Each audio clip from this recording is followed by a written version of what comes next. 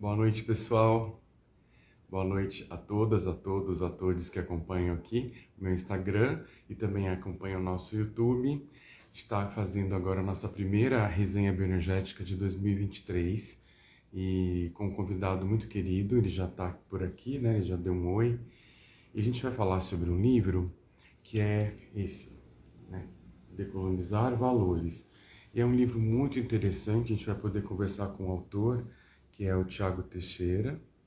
Vou dar um oi, vou convidar ele para participar. Bom, e aos poucos as pessoas. E eu vou deixar aqui salvo no Instagram para quem quiser acompanhar. Oi, Oi, querido. Boa tudo noite bem, para você. Tudo Thiago? bem? Tudo bem? Muito bom, muito bom. Comecei a falar aqui já do que a gente vai falar do seu livro. Bom, seja bem-vindo aqui, né, nesse espaço do Instagram e também na outra plataforma que eu vou colocar a nossa conversa do YouTube.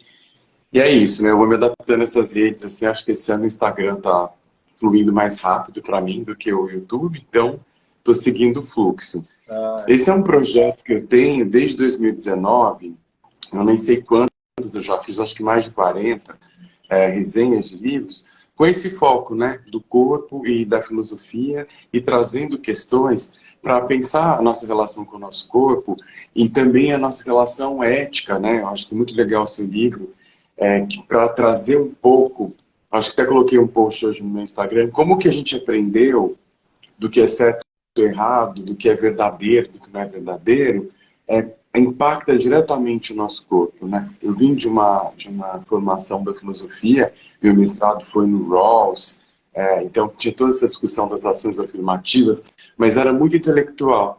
E aí, à medida que eu fui trabalhando como terapeuta corporal e trazendo essas questões, sabendo como que esses valores, eles atravessam nossos corpos, né? E você vai fazendo de um jeito muito legal essa metáfora da asfixia no texto, que tem tudo a ver aqui com o meu canal e com as pessoas que me acompanham. Então, fica à vontade para falar do seu livro e falar de você. Né? Tem uma primeira pergunta para disparar aqui, que é como que chegou esse livro para você? Eu sei que tem um outro livro que eu até comprei ontem, mas Mas como que chegou esse tema chegou, acho que o tema te atravessa, mas a produção, né, a materialidade do livro no mundo tão virtual, você materializar um livro e trazer para o mundo, como que foi esse processo? E também, como que isso, você faz essa ponte com as questões corporais, a relação com o corpo e com o que você está trazendo. É isso, querido. Segue em frente aí. então, primeiro eu quero desejar uma boa noite para você, Juliano, querido. Obrigado pelo Obrigado. convite. Acho que é muito importante que a gente consiga, de fato, conversar sobre temas filosóficos e colocar as questões que a filosofia provoca, todo o incômodo que a filosofia e as outras áreas de conhecimento das ciências humanas e sociais que foram tão atacadas durante os últimos anos, né, assim, como se fossem conhecimentos de menor importância ou banalizados como uma série de outros argumentos e tipos de conhecimento e formas de compreender o mundo. Ah, querido, tem muita gente que eu amo aqui já, que me acompanha. Um beijo para todo mundo também, uma boa noite para todas as pessoas que vão nos acompanhar nesses minutos aqui e que, enfim, daqui a gente segue juntos e juntas. Mas o Decolonizar Valores, ele nasceu como um desdobramento de Inflexões Éticas, meu primeiro texto publicado pela editora Censo, à época, né, que hoje, infelizmente, não existe mais, mas o livro vai renascer, inclusive aqui em primeira mão, essa notícia para vocês, ele renasce numa nova edição pela editora Queer Livros, Devires, né, que publicou o Decolonizar Valores, Ética e Diferença.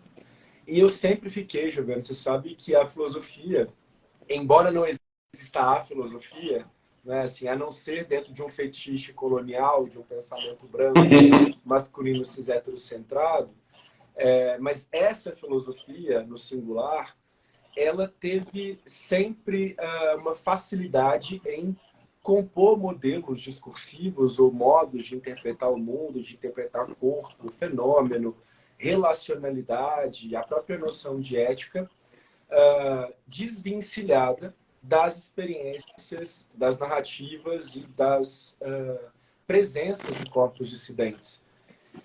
Isso se revela na nossa própria formação em filosofia, né? Então a gente vai ali ter contato com a produção de um tipo de pensamento que é discurso, não deixa de ser discurso, que revela o modo de pensar, ou qual modo de pensar é autorizado, em detrimento de outros que são destituídos de autoridade, que são significados como mito, que são alocados fora da racionalidade, como se a racionalidade fosse o suprassumo das nossas experiências humanas. E aí isso me incomodava muito, né? Porque essa experiência de distanciamento da reflexão filosófica é algo que corrobora e corroborou durante muito tempo, historicamente, a produção de uma relação de distanciamento mesmo, de banalização daquilo que está à distância.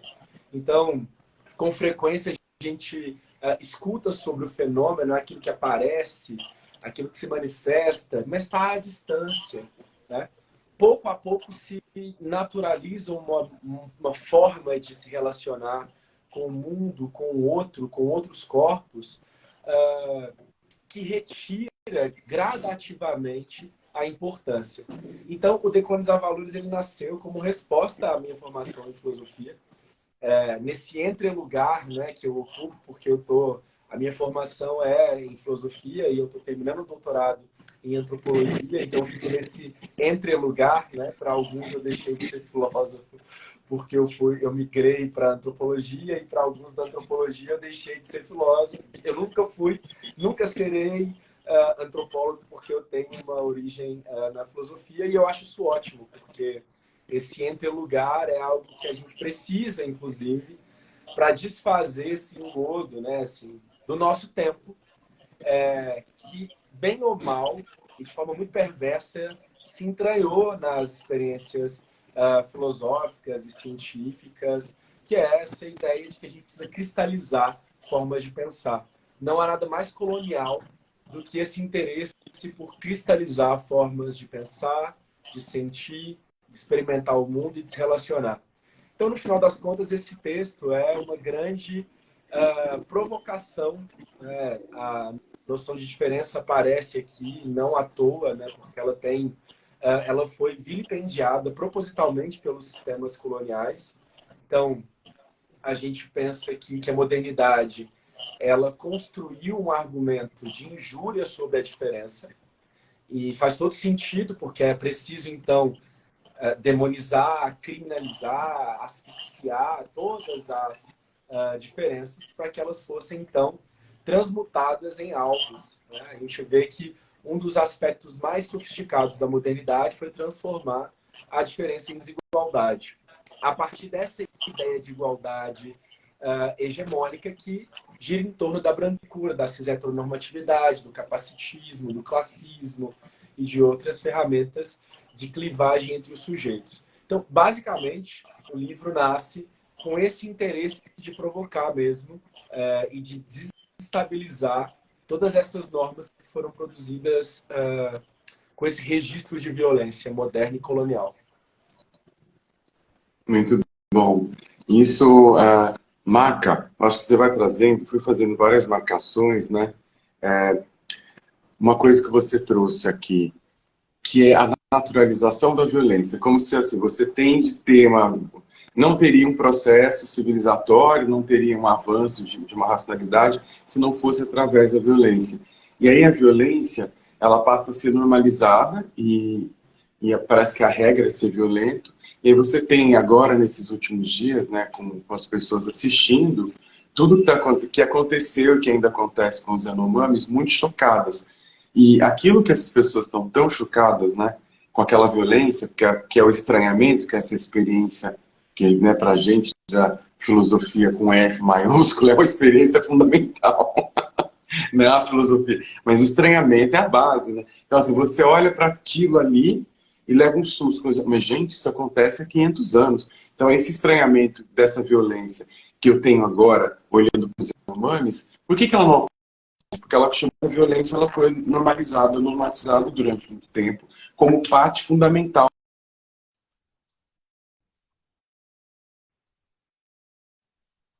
de um processo. Primeiro normaliza, faz hegemônico, depois naturaliza. Quer dizer, é possível viver como humano sem violência? Sabe, assim, essas questões que eu acho bem legal que você colocou. Eu estou tentando dizer ali que a violência, embora ela tenha sido naturalizada, ela é o produto das relações de poder. Então, não há naturalidade na violência, a não ser uma naturalidade produzida de forma técnica. E aqui a gente precisa levar em consideração que o projeto moderno de mundo, que não acabou, né? Embora a gente não viva mais um sistema escravocrata, embora nós tenhamos uma outra realidade política, não abriu mão desse registro, dessa gramática colonial que é a violência. E qual que é a lógica dessa fórmula de poder? Construir o inimigo, determinar o corpo desse inimigo como carne para consumir e fazer com que ele seja reiteradamente significado como alvo. Essa aqui é a formulação, se a gente pode dizer assim, das políticas modernas. E aqui, inclusive, até pensando na própria noção de democracia, né, que o Attila Mbembe reiteradamente tem visitado e tem criticado, não criticado a democracia, mas criticado os modos modernos pelos quais a noção de democracia e de humanismo foram construídas. Então, minimamente, Juliano, a gente não pode imediatamente assumir essas categorias, né? Humanismo, democracia, reciprocidade, reconhecimento, embora a filosofia faça com que a gente caia nesse engodo, por vezes, né, de assumir essas categorias como imediatamente boas, a gente precisa levar em consideração que a democracia moderna, e igualmente colonial, em razão dos sistemas econômicos, do contrato, dos contratos entre semelhantes e iguais, forjou a noção do outro como inimigo. Essa relação, né, entre o eu e o outro, que é tema fundamental das nossas discussões na ética, ela já foi construída na modernidade, fazendo com que o outro fosse esse sujeito exterminado.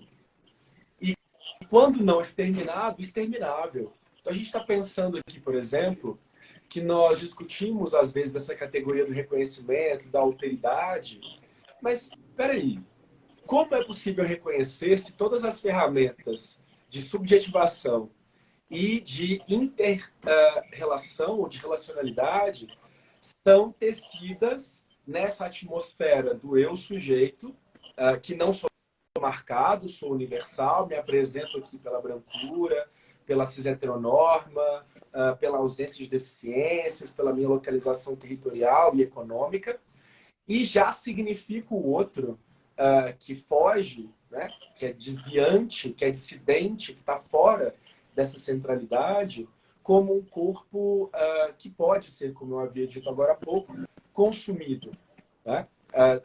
Tem chamado isso de uma antropofagia política do terror. Né? Então, assim, esse corpo que é significado como dissidente, destruído de forma multifacetada, porque a gente não está falando só de uma ausência de insumos ou de política pública ou de proteção do Estado. É claro que a gente está falando disso, mas a gente está falando de uma imagem de degradação que animaliza povos indígenas, que homogeneiza povos indígenas, assim como faz com a população negra. O processo de racialização ele é exatamente uma ferramenta para homogeneizar, desumanizar e banalizar vidas. Então, assim, claro que choca, e tem que chocar mesmo, mas é muito problemático que a gente ainda não consiga perceber que esse choque não parou o Brasil. Que esse choque ele é muito bem articulado pelas estruturas e pelas políticas de extermínio.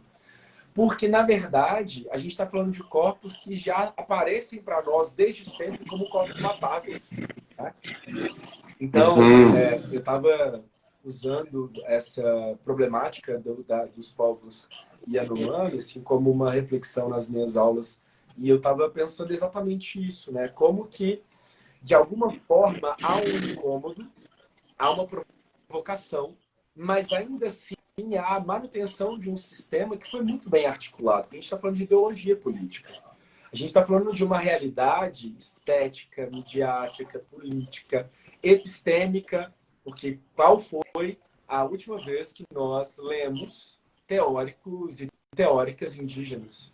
Né? Quando nós tivemos contato com cosmoexperiências que escapam à androcis brancocentralidade europeia. Né? E a gente vai dialogar com as feministas negras, né? Quando elas questionam e denunciam questões como epistemicídio ou lugar de fala. Né? Será mesmo que a gente está falando só de um incômodo que tem que acontecer vendo uma notícia? Ou a gente tem que ir mais fundo em um processo de corrosão desses valores que já apresentam, desde muito cedo, povos indígenas, a população negra, a população LGBTQIAPN+, as mulheres, pessoas com deficiência, como corpos subordinados a toda essa engenharia de controle e destruição. Eu penso que a gente precisa avançar nessa provocação, porque não dá só para se sensibilizar dentro desse arquétipo daquilo que a gente está vivendo hoje na sociedade da imagem, né, Juliano? Que a imagem vem, aparece, ela é apresentada de forma rápida e daqui a pouco a gente nem lembra mais qual é a questão, né? Porque está tudo muito acelerado, pornográfico no sentido político do grafia, né? Essa exposição radical esvaziada da imagem, da narrativa, do corpo. E isso aqui não é uma quebra de paradigma, é a manutenção de paradigmas coloniais, só que com novas tecnologias. É preciso avançar ou aprofundar essa crítica e esse incômodo a fim de que ele seja também uma motivação para novos arranjos. Né? Eu preciso questionar por que eu não tenho um Ailton Krenak na minha ementa de cursos da filosofia.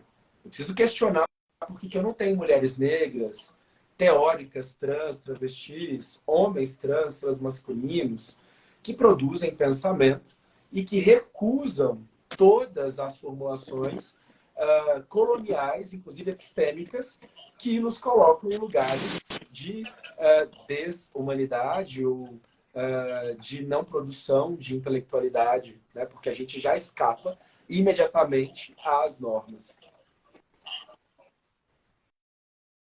Muito bom. Bom, eu estou aqui com tantas coisas que eu fiquei para te perguntar. Eu vou falar mesmo. Mas a gente pode conversar mesmo. Eu fui marcando aqueles assim, né, que leio, vai fazendo post.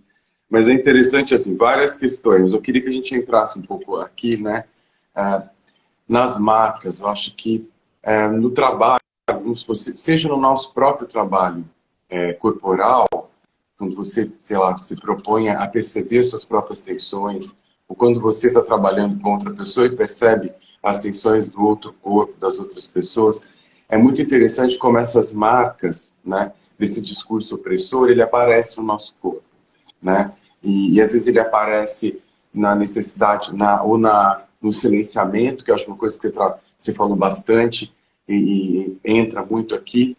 Eu ia entrar nisso. Eu acho que o Bruce entrou aqui. Ó. O monólogo é um antigo recurso na construção das perspectivas hegemônicas. Observamos, escutamos, sentimos e representamos o mundo a partir dos esquadros civilizatórios que distanciam da negritude. São as suas citações, você viu? Aí ele pergunta o que é o monólogo político hoje. Eu vou recuperar um pouco do raciocínio e entrar nisso. Porque nessas configurações corporais de bloqueios, de marcas opressoras, de silenciamento, ou de uma fala excessiva, também você falou uma coisa que é interessante, né? Que às vezes a fala é uma fala tão excessiva porque eu não dou espaço para o outro falar, que se eu calo, o outro pode falar, né? Eu acho que entrar um pouco nesse lugar, o silenciamento e o monólogo, eu acho que é uma coisa interessante, mas eu queria provocar você num lugar que é um lugar que o meu público aqui também curte, que é como isso está marcado nos nossos corpos, né, Thiago? E se eu não tenho essa visão, se eu não tenho essa disposição, que eu acho que você fala da praxis decolonial, de uma atitude, né, que a falta de alteridade, a maior de consciência, eu achei isso genial. Tipo, bloqueia a minha consciência para eu não entrar em contato de alteridade. Isso é muito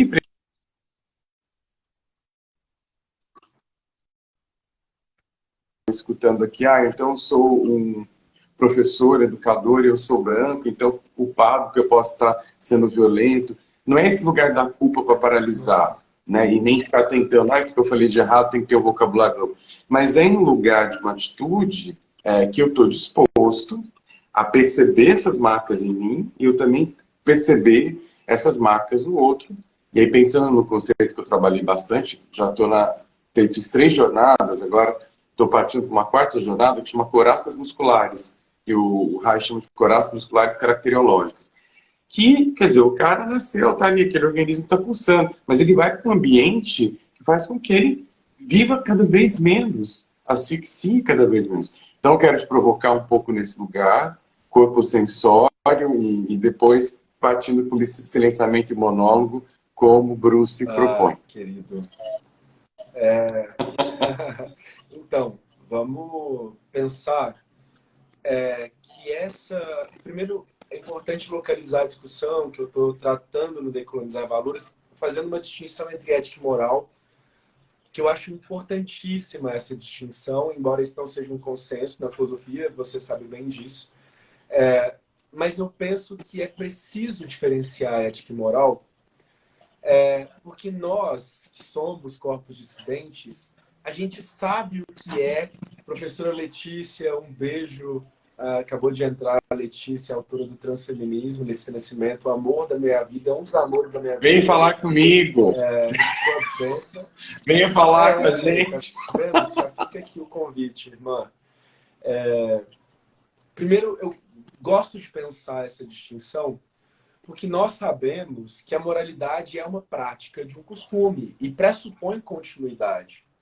Então, a gente está falando de um processo prático que retroalimenta a transfobia, o racismo, a misoginia.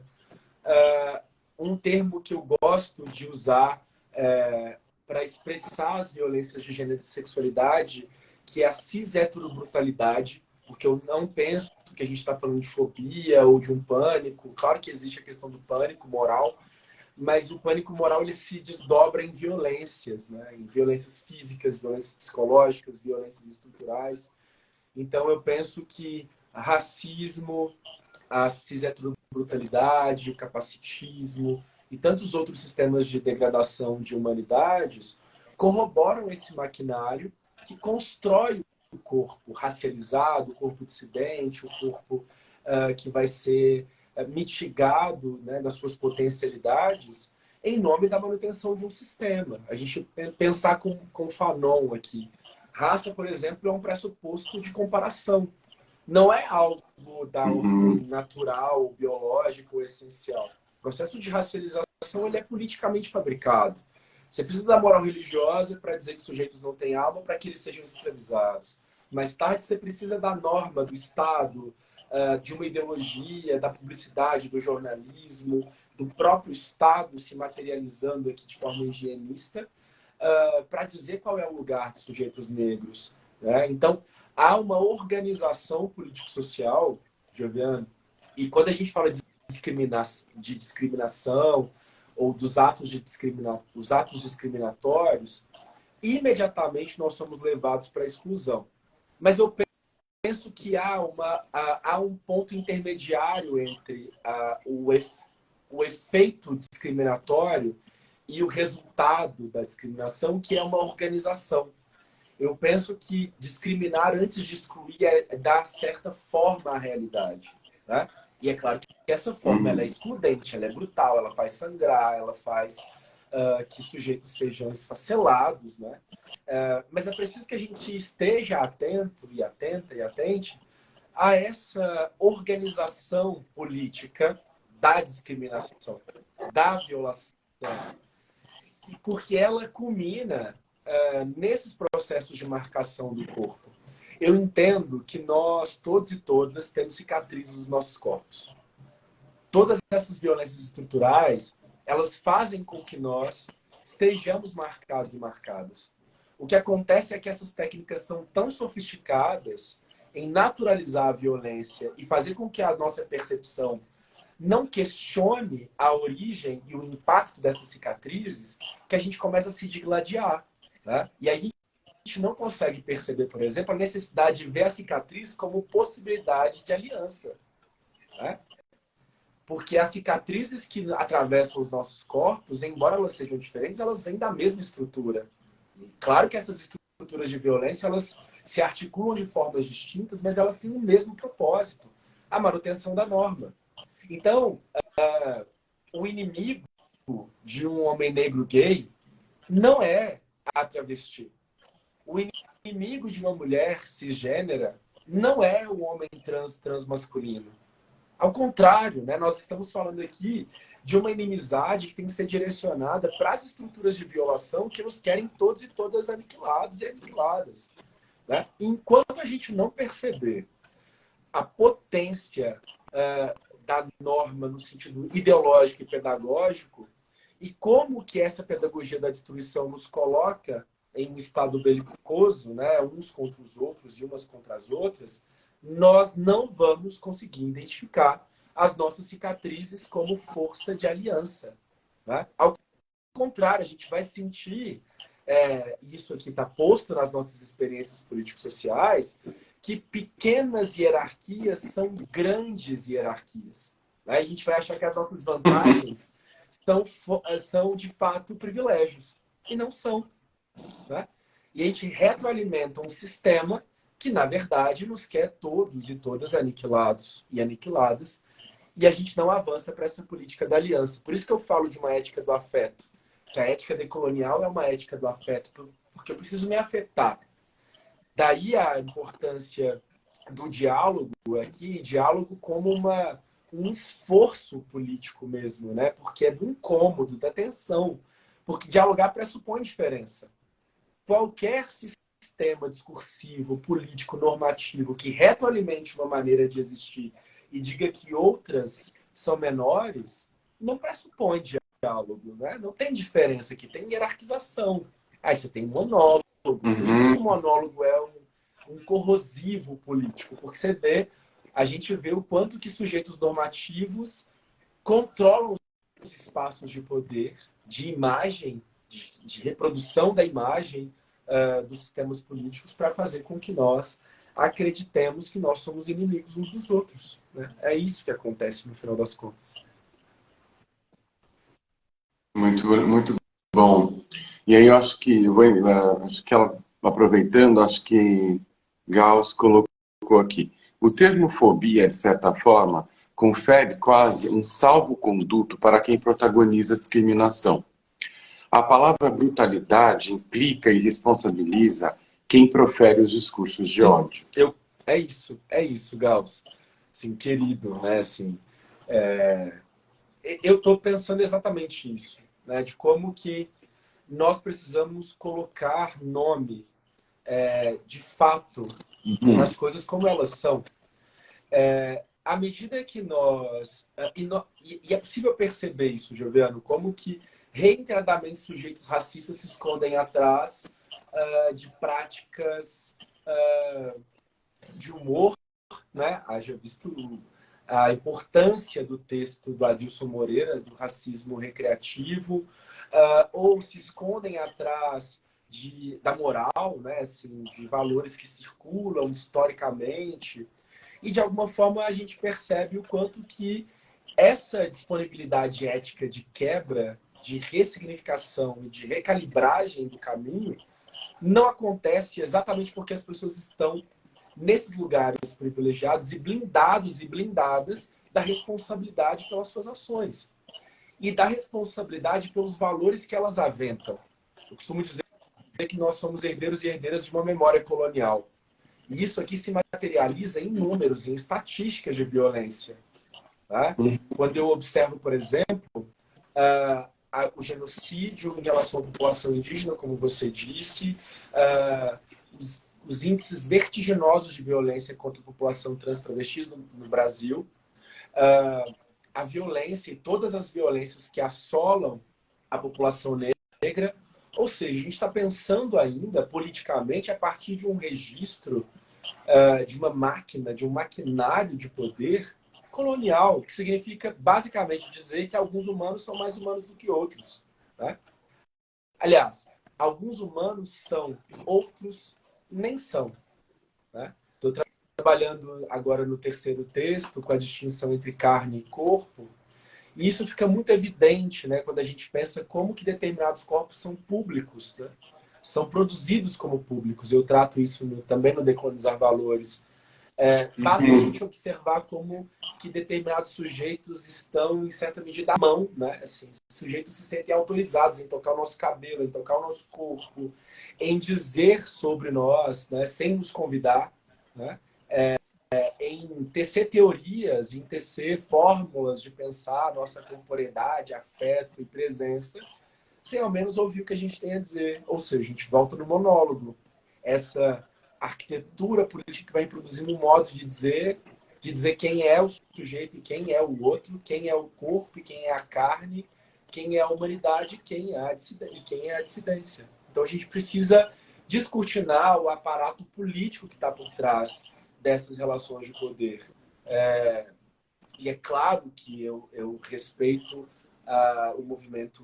os movimentos LGBTQIAP+, né? Assim, sim, em certa medida, em ampla medida, eu estou vivo e estou aqui, inclusive, conversando com você em respeito às minhas mais velhas e os meus mais velhos, que sempre denunciaram, inclusive, o artefato político por trás das violências de gênero e de sexualidade. Né? Então, assim, é importante a gente não perder essa atmosfera de resistência política e não cair no jogo do inimigo. Bom, beba sua água com calma. Vou fazer.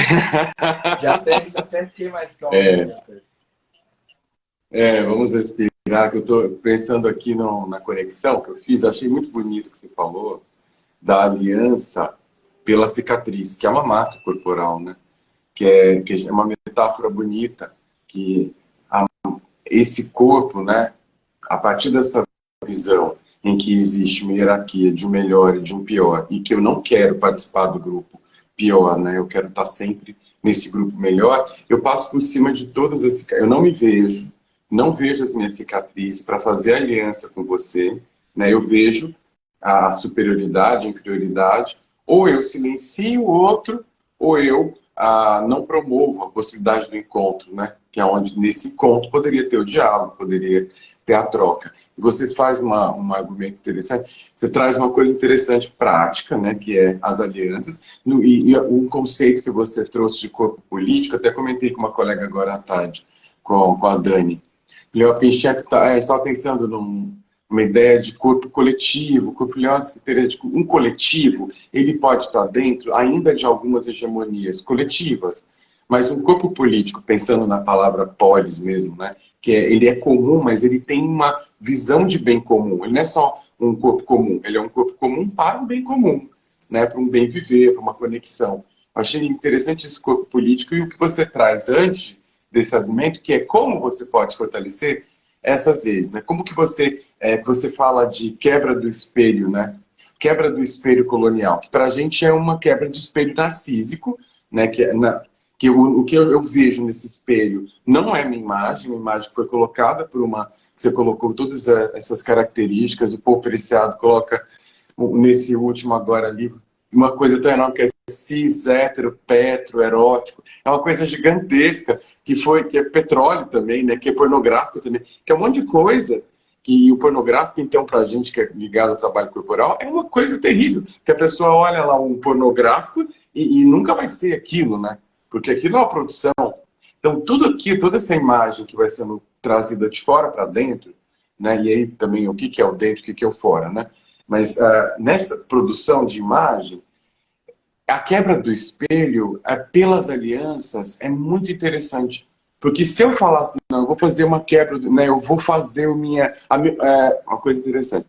que é a ideia de indivíduo burguês, né? Então, assim, não, adorei essa ideia sua, viu, Thiago, decolonial. Eu vou fazer um processo aqui individual, decolonial, vou começar a me decolonizar. Do jeito que eu faço exercício na academia, eu estou me decolonizando. Sabe uma coisa, uma viagem assim? Aquele sequestro, né, Que tudo neoliberal, vira uma produto. ideia de empoderamento das Tudo vira um crianças. produto, entendeu?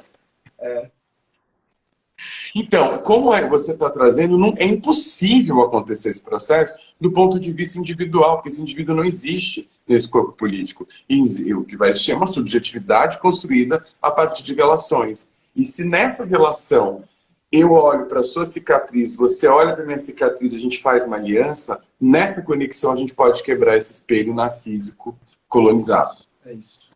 Achei muito lindo essa sequência que você foi. Juliano,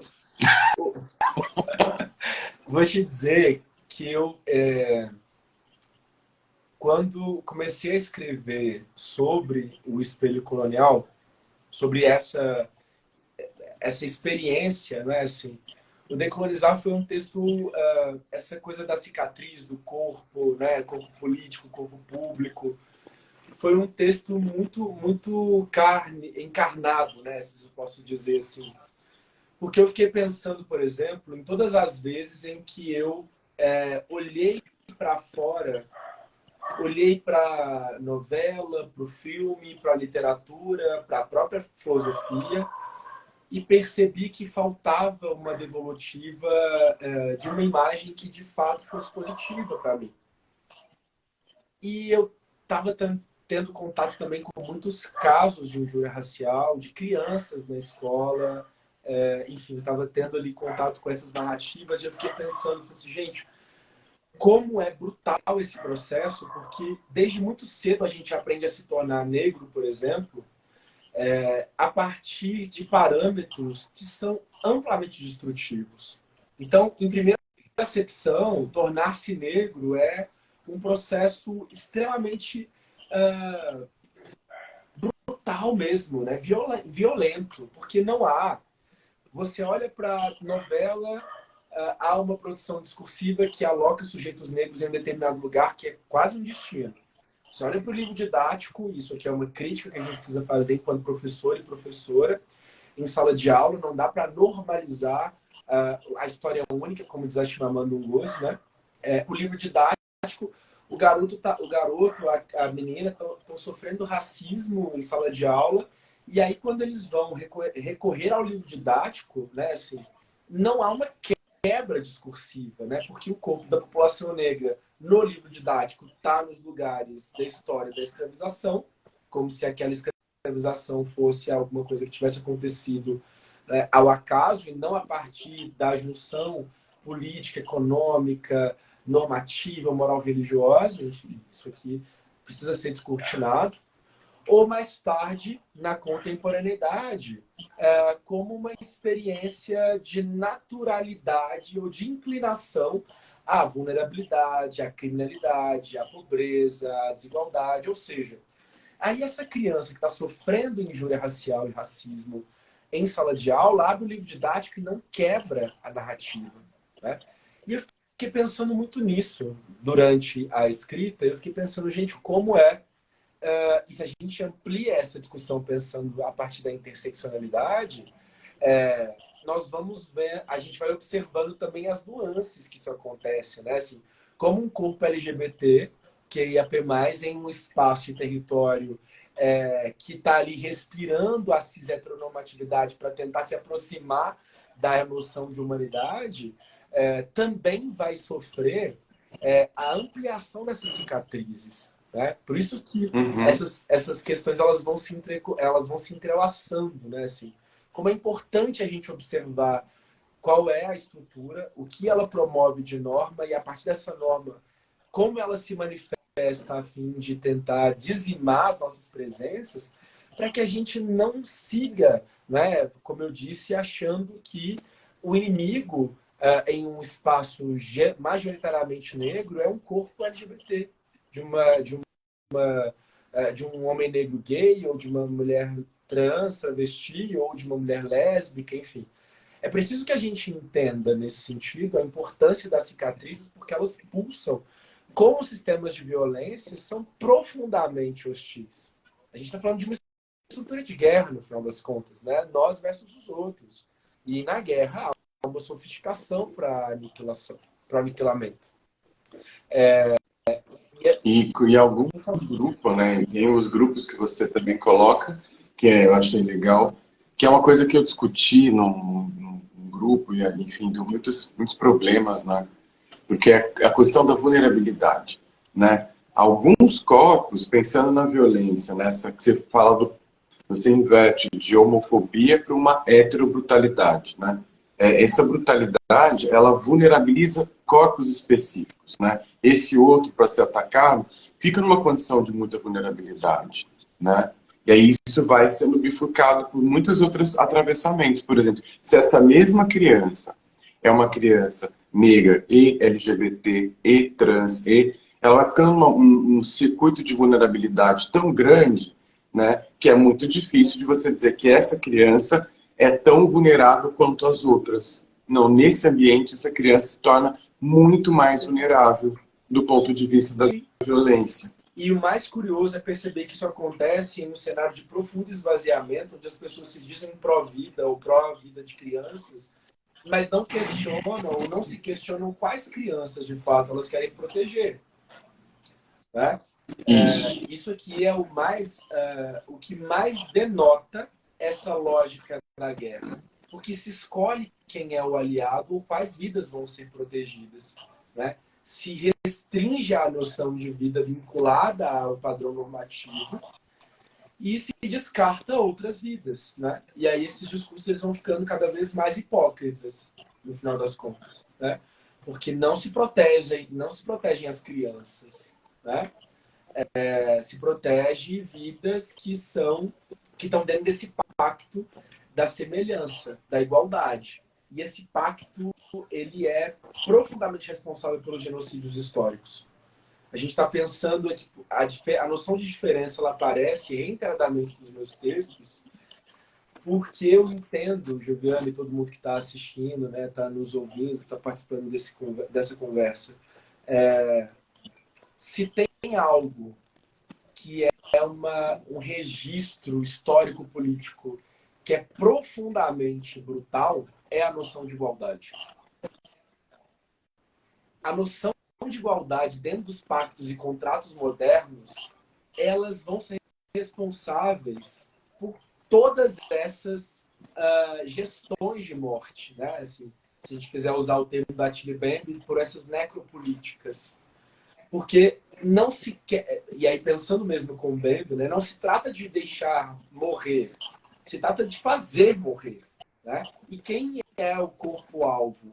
O corpo que é significado como dissidente ou diferente, a partir de quais técnicas? Da moral religiosa, do discurso médico-científico, da publicidade, da própria filosofia, porque a gente sabe como a filosofia foi perversa e completamente conivente com o processo de escravização de sujeitos, enfim.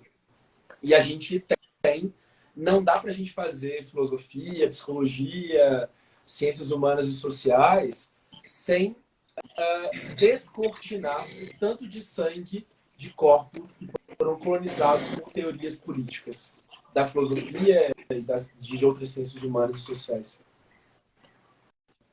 Isso é muito importante, Thiago, porque eu vivo nesses ambientes, eu atravesso nesses ambientes, por exemplo, né, na escola, que é um lugar onde trabalhar com adolescentes é muito desafiador, que muitos adolescentes negros não se veem como negros, muitos, sabe, é uma coisa muito complexa. E aí, outro lugar também que eu circulo, né, entre psicanalistas, entre terapeutas, né, quando você vai levar a fala, né, de uma equidade, do ponto de vista da equidade, né, de acesso, de participação, de afetação, e não de uma igualdade. Às vezes a reação é muito assim, tipo, eu não quero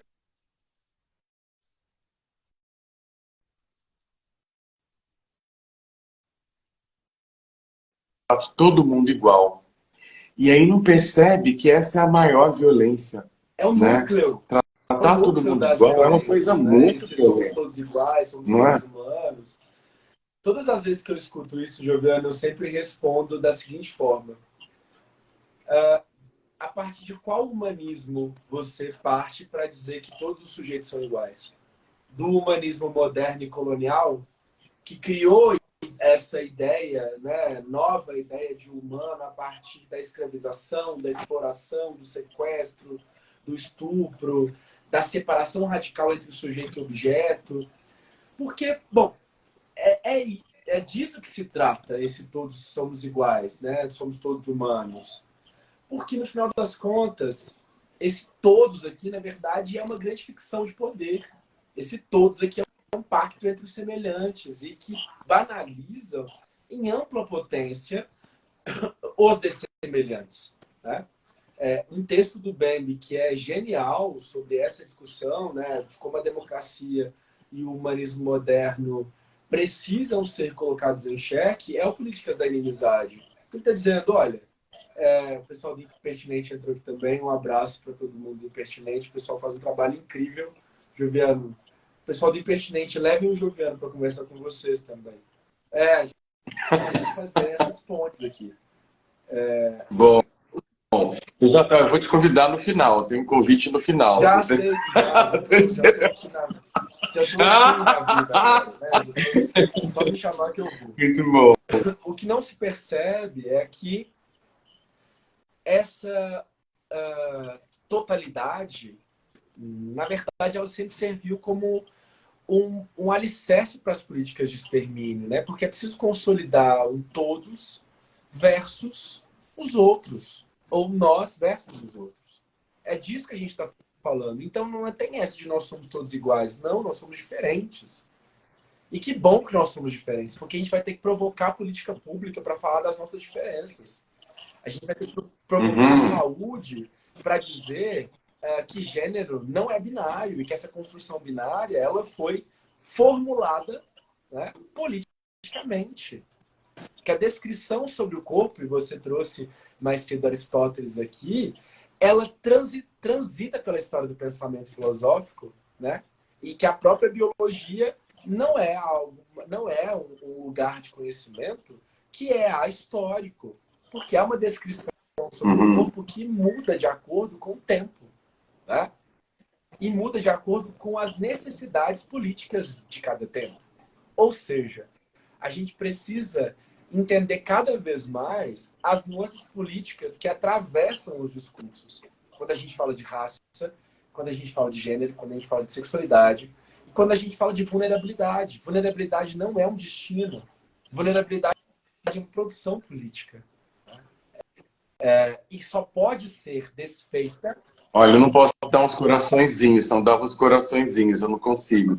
Mas isso é muito importante, né? Que a gente pega essa vulnerabilidade e fala assim, não, isso é a diferença que você fala né, do que é uma condição, do que é uma produção. Isso foi uma produção, né? E ser afetado, eu acho que é uma coisa interessante de diferenciar também, é a afetabilidade, né? A afetabilidade é uma coisa muito importante, senão a gente não estaria aqui com esses coraçõezinhos subindo aqui. Corações criptografados, mas são corações afetivos. Exato. Então, a gente pega essa ferramenta e dá a importância que ela tem que ter, né? E afeta. Mas essa vulnerabilidade, a gente pode até pensar em suscetibilidade, fragilidade, que energeticamente, corporalmente, coloca a pessoa num lugar que ela é alvo o tempo todo. Então, assim, nossa, pensando no nosso corpo, né? Eu fiz uma conversa aqui com o Arthur Gaiarsi, tem uns 2 anos, que ficou salvo.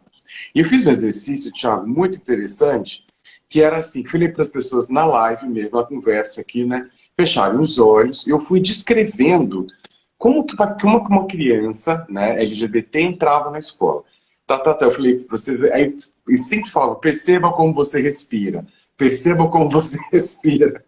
E aí terminei a conversa, eu falei, olha, agora veja como você vai desfazer essa tensão, respira e volta. Muitas pessoas me deram depoimentos e falaram, nossa, eu senti isso quando eu entrava na escola. Eu falei, gente, eu só contei como eu me sentia na escola. Era assim que eu me sentia. Então, o organismo, esse corpo, essa carne, ela vive em estado de alerta. Porque naturalizou essa condição de vulnerabilidade como se fosse algo natural, como se fosse uma condição, e não uma produção. Né? Então a questão não está na pessoa se está errado ou certo, está numa norma que foi colocada, e é uma norma que é extremamente opressiva. Então por que não rever a norma ao invés de ficar revendo a Sim. pessoa? Não, o tempo todo você tem que se Isso é rever. perfeito. Eu lembro de duas experiências, assim. Eu estudei a vida inteira em escola pública, assim, fui ter contato com o ensino privado só na graduação. E eu me lembro, assim, de ser uma criança. Eu tinha medo o tempo todo. Eu tinha medo de ir ao banheiro. Então, assim, às vezes eu tinha dificuldades, assim, de ir ao banheiro porque eu tinha medo. E era uma escola numa região periférica, majoritariamente negra. Mas eu era denunciado o tempo todo por ser um menino gay, né? Por ser um viadinho, né? Assim, hoje eu utilizo bem esses termos todos queer, assim, de uma forma bem afirmativa, mas à época eu não tinha ferramenta para fazer essa transição, né? Assim, de pensar a minha identidade a partir de todas essas prerrogativas de forma afirmativa. Eu era uma criança e eu lembro uma vez em que dois garotos mais velhos me prenderam no vestiário do banheiro e disseram que iam me dar uma surra porque eu era um viadinho. Agora você pensa assim, eu nem sabia o que significava isso. Aquilo que eu falava mais cedo sobre o reconhecimento, né? Como que a gente tem capacidade de falar sobre reconhecimento ético se a gente não questiona a norma branca, cisgênero e heterossexual, ou cis-heterobrutal, ou capacitista e tantas outras? Como é que a gente tem a pachorra de fazer isso? Né? Assim, como é que a gente tem coragem de falar sobre reconhecimento, partir do pressuposto de que se reconhece, se nós aventamos cotidianamente práticas amplamente destrutivas que partem desse lugar, da norma e da anormalidade?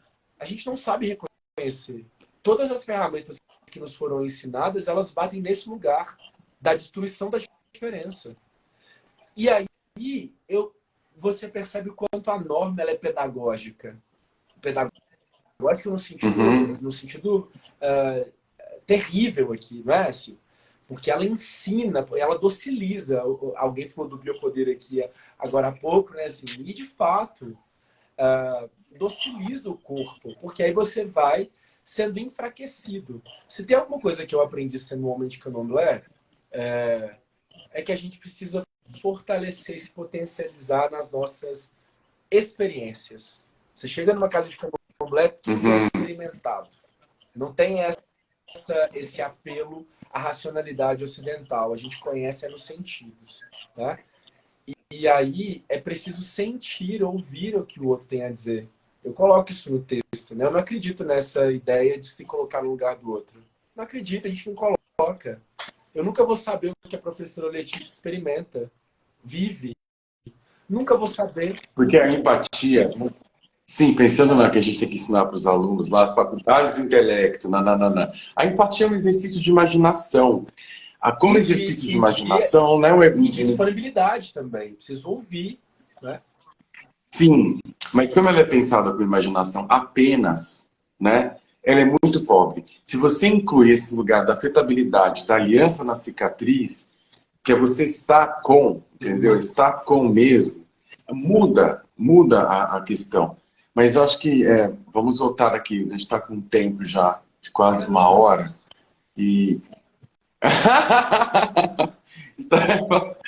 gostando de falar. Não, que as pessoas estão bem participando, estou adorando.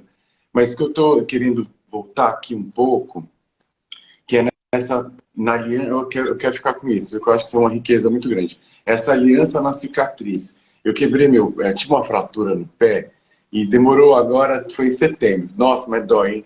E agora que cicatrizou.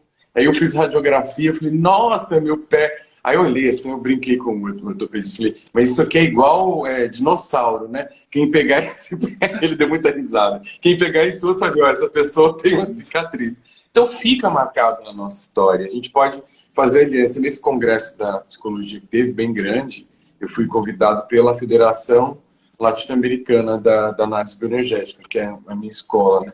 E eu estava no 8º andar com um amigo meu, Adriano, me ajudando a carregar, olha, muleta, não sei o quê. Aí eu falei, olha, uma coisa interessante para vocês pensarem, se todo mundo aqui fosse igual e tratasse como igual, eu não estaria nem aqui, porque não teria elevador, eu não conseguiria estar nesse lugar. Porque se não fosse esse elevador e meu amigo me ajudando também, que foi muito importante, eu não estaria aqui. Então, essas redes, a partir das cicatrizes, e compreender que, eu acho que esse ano, aquela rampa que a gente viu ali, né, no 1º de janeiro, aquela rampa subindo, aquelas verdadeiro sistema brasileiro subindo e o capacitismo trazendo a discussão capacitista para fora, né? É muito. Você andar numa rua, se eu tivesse, eu com cadeira de roda, eu não andava nessa calçada, não dá, entendeu? Não dá. Então, eu acho que é o momento agora dessas alianças com as cicatrizes para que esse espelho narcísico, que tem tantos pactos, tantos acordos, e que as pessoas que são brancas, que estão aqui escutando, né? Eu sou branco, mais pardo, mais branco. E as pessoas que são héteros, etc., no dia que eu fiz conversa com o Arthur, ele se emocionou muito. Ele falou, nossa, eu sempre tive amigos gays, mas eu nunca fiz esse exercício de sentir essa respiração oprimida, de sentir...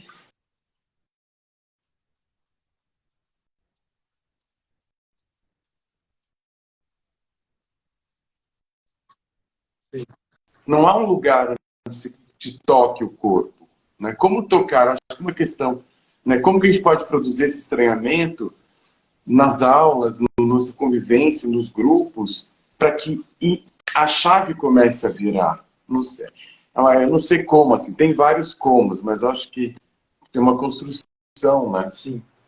Acho que, inclusive, o processo começa quando nós temos disponibilidade para deixar que esses sujeitos nos afetem de fato, né? Deixem de ser teorias ou estigmas sociais, ou mitos, ou corpos noturnos, né? Assim, corpos que são tão fantasmagóricos que só ficam nesse lugar do imaginário.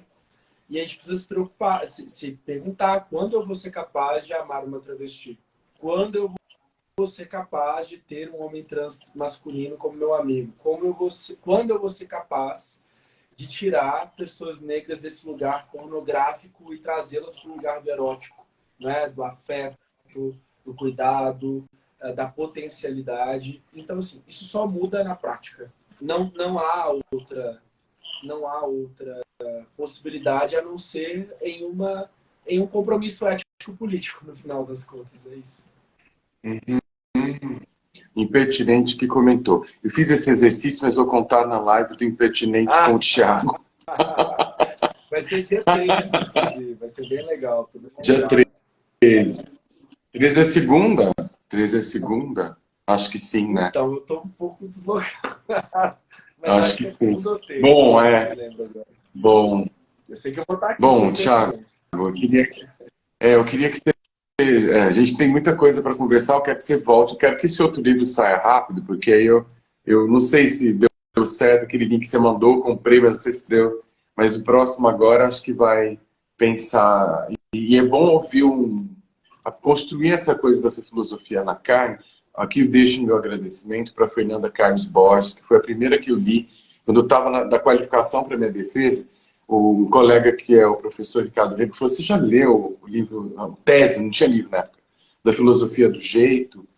Eu falei, não. E foi a primeira que eu vi o Thompson, aquele pessoal da filosofia na carne. Eu falei, nossa, e uma brasileira está falando. E a gente tem que trazer essa discussão, eu acho que você tem um lugar de apropriação dessa fala, em outro lugar de diferença que a Fernanda tem, como mulher, como que chama o livro dela? A mulher do pai.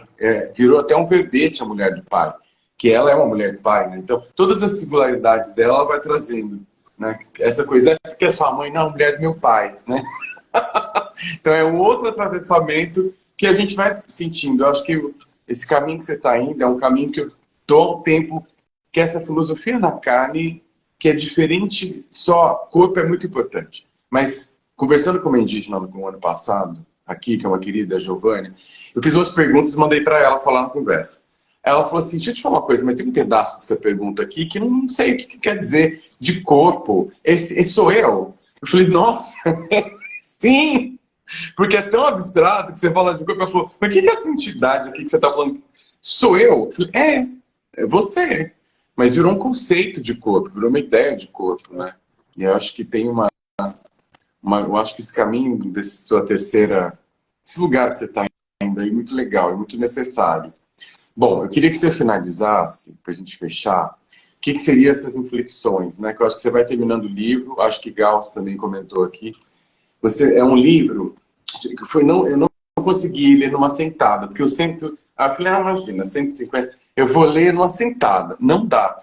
Eu tive que parar várias vezes, né? É muito legal isso, porque parar e falar, nossa, me incomodou, me fez pensar, eu beber água, voltava, então não tem uma intensidade, e aí você vai fazendo essa inflexão. Gostaria que você terminasse, claro, né, se despedisse, mas o que seria fazer esse exercício, não de reflexão, mas esse exercício de inflexão que você propõe para a gente? Então,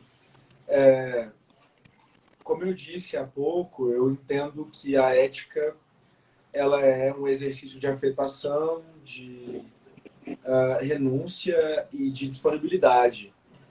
Para que isso seja feito, é preciso subverter. Então, eu entendo a ética como um processo de subversão da moral, que é restritiva. Então, é preciso não dar as costas, mas é preciso quebrar esses valores. Porque se a gente dá as costas, eles continuam coexistindo, né?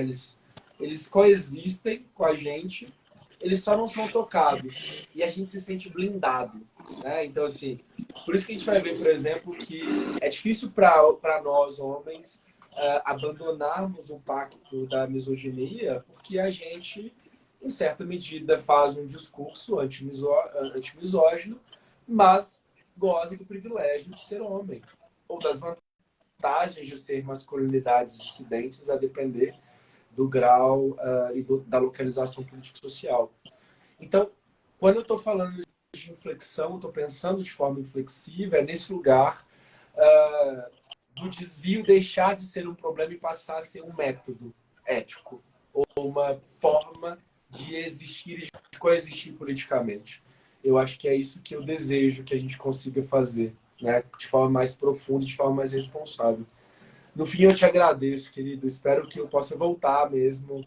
Adorei esse papo. A gente está aqui. Sim. Enfim, e parece que começou agora. Eu estou super feliz. Espero voltar em breve. Agradecer também a todas as pessoas que estiveram com a gente, né? Sim. E agora a gente faz as nossas propagandas do final. Você tem o seu trabalho, você mandou o link, né? Do seu curso. Pode falar. O livro virou um curso que foi produzido majoritariamente por pessoas negras e LGBTs. Então, é um curso que é o meu xodó, assim, ele está disponível na plataforma Hotmart. Ele foi... E eu trabalho com os conceitos principais do livro, né? Espelho colonial, corpo público, corpo político. Eu tento trazer o livro para esse formato audiovisual, e é a menina dos meus olhos esse curso. Assim. Então, o acesso dele está aqui na minha bio, está bem legal. E os livros, né? Decolonizar Valores, Ética e Diferença e Inflexões Éticas, que são também as minhas meninas. Sim, muito e bonito, né? Foi um livro muito bonito. Muito bonito. A Bom, Devires é uma editora maravilhosa, né? Assim, a gente tem ali na Devires produção trans travesti, tem livros sobre gênero, sobre raça, epistemologias dissidentes, assim. Devires é um lugar onde a gente consegue quebrar, dentro desse escopo das epistemologias, né, das teorias de conhecimento, a gente consegue quebrar narrativas hegemônicas. Então, super indico a editora Devires Queer Livros para que a gente consiga fortalecer essas teorias dissidentes. Bom, a gente vai ter também a partir de amanhã, quarta-feira, né, vai ser pelo Instituto de Análise Bioenergética de São Paulo, um grupo, né, que já é o grupo de descolonizando ou descolonização da psicologia corporal, ou descolonizando a psicoterapia corporal, e vai ter uma sequência de encontros, né, que acabou virando um curso com 3 professores que vão estar ali, né? É um grupo com 4 professores e a gente está ali há um tempo. E também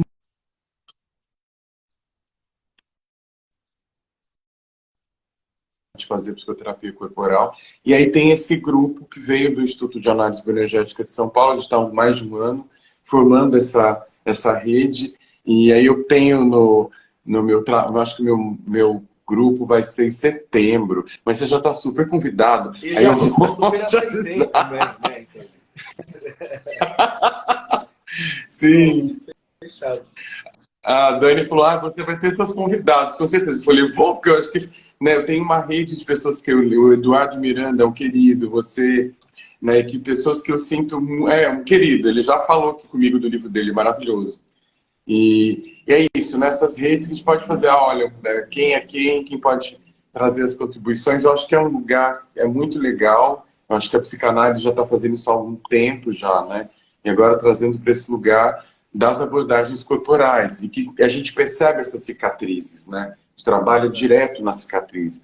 E aí, como que é dizer, não, olha, ao invés de você ficar isolado na sua cicatriz, é maravilhoso. E você pode fazer aliança a partir dessas cicatrizes. Esses espelhos narcísicos vão se enfraquecendo. A gente pode se ver mais como cultura, pode se ver mais como povo, né? Como gente que a gente é. E não essa ideia de que a gente trouxe de Estado-nação, um monte de coisa que tira toda a nossa epistemicídio mesmo, né? Com o nosso saber. Querido, muito grato, viu? Ó, Muito grato. um beijo para você, me chame sempre. Um Um beijo para todo beijo. mundo que ficou aqui com a gente, que acompanhou a gente, enfim. Vamos continuar trocando, viu? E leiam o livro do Eduardo. Vamos em O frente. Eduardo, o Edu, ele organizou um livro agora que chama Enviadecer a Decolonialidade, que é um texto que está incrível. Gente, olha, esse eu não tenho Vale muito ainda. a pena. Assim, o texto está incrível, está muito incrível. O Edu é maravilhoso, vocês sabem. Não preciso nem dizer mais. Sim, sim. Querido, Já tá aqui, já registrei ele por aqui. muito obrigado. Um beijo, Beijo para querido. todo Tudo de mundo. bom. Eu que agradeço. Quem curtiu, compartilha, curte e segue adiante aí.